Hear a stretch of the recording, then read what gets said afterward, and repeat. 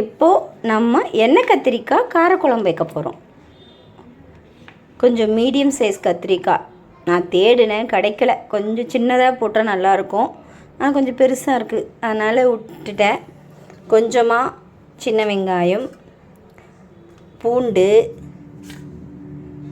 4 பச்சை மிளகா, ஸோ தக்காளி ஒரு 4 எடுத்திருக்கேன்.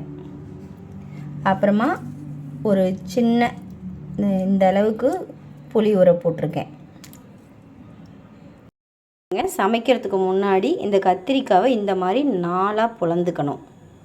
ஸோ கொஞ்சமாக காம்பு இருந்தால் நல்லாயிருக்கும்.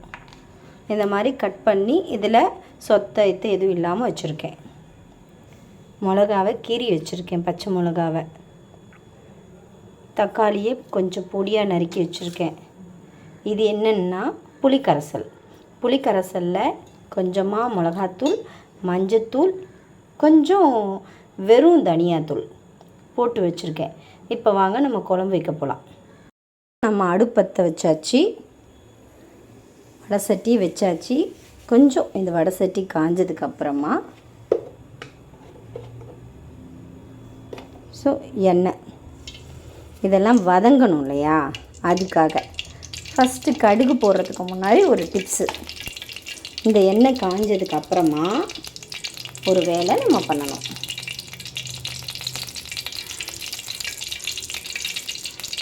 நல்லா அங்கே கொஞ்சம் ஈரம் இருந்திருக்கும்னு நினைக்கிறேன், அதான் வெடிக்குது.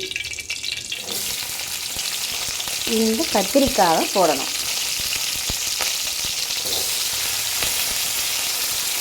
எதுக்கு இந்த கத்திரிக்காவை போடுறோன்னா, பாருங்கள் எதுக்கு போடுறோன்னு சொல்லிகிட்டு இருந்தேன் இல்லையா. இப்போ இந்த கத்திரிக்காய் லைட்டாக வதங்கணும் எண்ணெயில். ஸோ அது வதங்கும்போது அப்படியே ஸ்டிஃபாக இருக்கும். நீங்கள் புளி தண்ணியில் போட்டிங்கனாலும் அது கொஞ்சம் அப்படியே முறைச்சிக்கிட்டு இருக்கிற மாதிரி இருக்கும். இல்லைன்னா அப்படியே கொலன்னு ஆகிடும். சாப்பிடும்போது பீஸ் கூட நமக்கு கிடைக்காது. அந்த இப்போ சிலருக்கு கத்திரிக்காய் ரொம்ப பிடிக்கும், சாப்பிடலான்னும் போது குழம்புல கரைஞ்சி போயிடும். இது குழம்புல கரையாமல் அப்படியே இருக்கும். பாருங்கள், அப்படியே பூ மாதிரி வெடித்து அந்த கலர் அப்படியே ஊதா கலராக மாறி இருக்கு. கொஞ்சமாக சாட்டோ பண்ணணும். அப்போ இந்த கலர் மாறிச்சுன்னா ஒன்றும் ஆகாது. இப்போ இதை எடுத்து நம்ம தட்டில் மாற்ற போகிறோம். தட்டில் சர்வ் பண்ணிட்டேன். அது அப்படியே கொஞ்சம் நேரம் ஆறிட்டுருக்கும். இப்போ இதே வடை சட்டியில் என்ன பண்ண போகிறோன்னா, ஃபஸ்ட்டு கொஞ்சம் வெந்தயம் போட போகிறோம். ஏன்னா காரம் குழம்புக்கு ஃபஸ்ட்டு வெந்தயம் போடணும். இந்த ஃப்ளேவர் இருந்தால் காரக்குழம்பு செம்ம டேஸ்ட்டாக இருக்கும். அதுக்கப்புறம் தான் நம்ம அடுப்பை குறைச்சி வச்சுட்டு என்ன பண்ண போகிறோம், கடுகு போட போகிறோம். கடுகு போட்டு பொரிஞ்சதுக்கப்புறமா இந்த வெங்காயம். இப்போ என்னென்னா எண்ணெய் நல்லா காஞ்சிடுச்சு, அதனால் மொத்தமாக போடுறேன். இல்லைன்னா தனித்தனியாக போட்டு ஃப்ரை பண்ணுவேன். கொஞ்சம் நான் முன்னாடி எல்லாத்தையும் எடுத்து வைக்கிறதுனால கொஞ்சம் இது நல்லா பொரிஞ்சிடுச்சு கடுகெல்லாம், அதான் கொஞ்சம் கருப்பாக வருது. இதெல்லாம் சமைக்கும்போது சகஜமாப்பா, வாழ்க்கையில் எல்லாருக்கும் இதெல்லாம் நடந்திருக்கும். பியூராக யாருமே எதுவுமே பண்ணாமலாம் சமைக்க முடியாது. அதெல்லாம் பெருசாக எடுத்துக்கக்கூடாது. கடுகு தானே, அது நல்லா புரிஞ்சால் நல்லது தான், கசப்புலாம் தட்டாது. ஸோ இது நல்லா வதங்கினதுக்கப்புறமா இப்போ அடுப்பை கொஞ்சம் கூட்டி வச்சுக்கணும். பாருங்கள், நல்லா அந்த இது கிடைக்குதா உங்களுக்கு, அந்த ஃப்ளேவர் மாறும். எப்பயுமே சமைக்கும்போது உங்களுக்கு இந்த ப்ரௌன் கலர் மாறணும். அதுதான், அப்போ தான் வெங்காயம் பச்சைலாம் போனதுன்னு அர்த்தம். இதுக்கப்புறம் நம்ம கட் பண்ணி வச்சுருக்க தக்காளியை போட்டு நல்லா சாட்டே பண்ணணும். இப்போ எப்பயுமே தக்காளி சீக்கிரத்தில் மசியாது, அதுக்கு ஒரு டிப்ஸு. வெங்காயத்துக்கு வந்து என்ன பண்ணுவாங்க, மஞ்சள் போடுவாங்க வெங்காயம் சீக்கிரமாக கலர் மாறுறதுக்கு.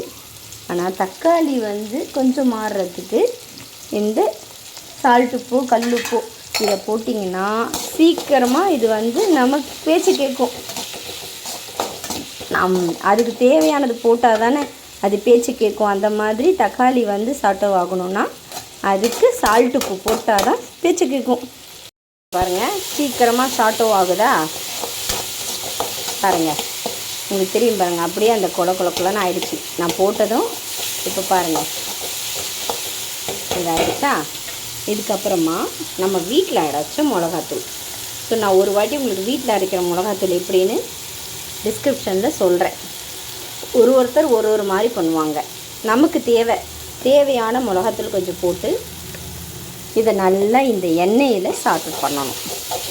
ஸோ மிக்ஸ் பண்ணணும். என்னடா எல்லாம் போட்டிங்க கத்திரிக்காய் போடலன்னு பார்க்குறீங்களா?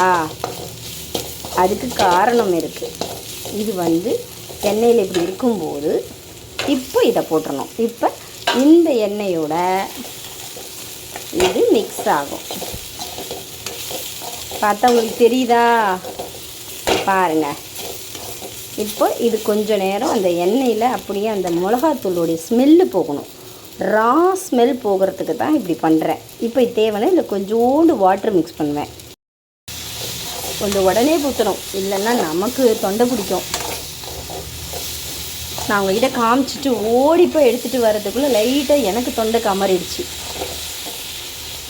பேசும்போது உங்களுக்கே தெரியும்னு நினைக்கிறேன்.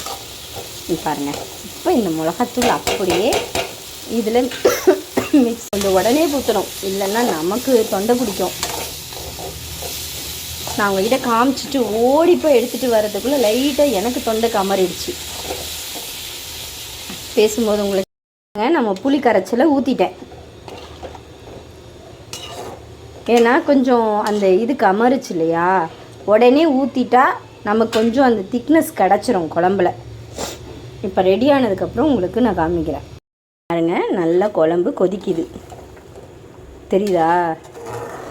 இந்த ஏன் இவ்வளோ நல்ல ஒரு ரெட்டிஷ் கலர் வருதுன்னா, நான் எல்லாத்துக்குமே வந்து தனியாக காஷ்மீரி சில்லி பவுடர் வந்து அரைச்சி வச்சுருக்கேன்.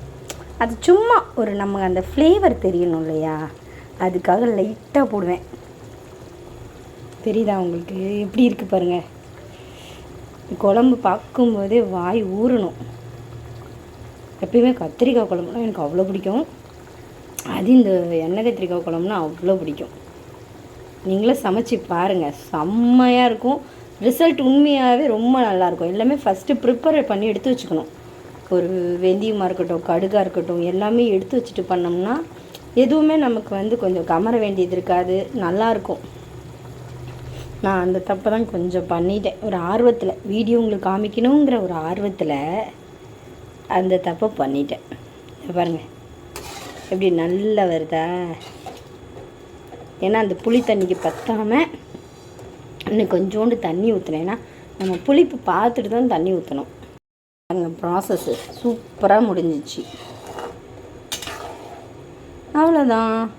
குழம்பு நல்லா கொதித்து சுண்டி வந்தால் நம்ம குழம்பு ரெடி. உங்களுக்கு பிடிச்சிருந்தா லைக் பண்ணுங்கள், சப்ஸ்கிரைப் பண்ணுங்கள்.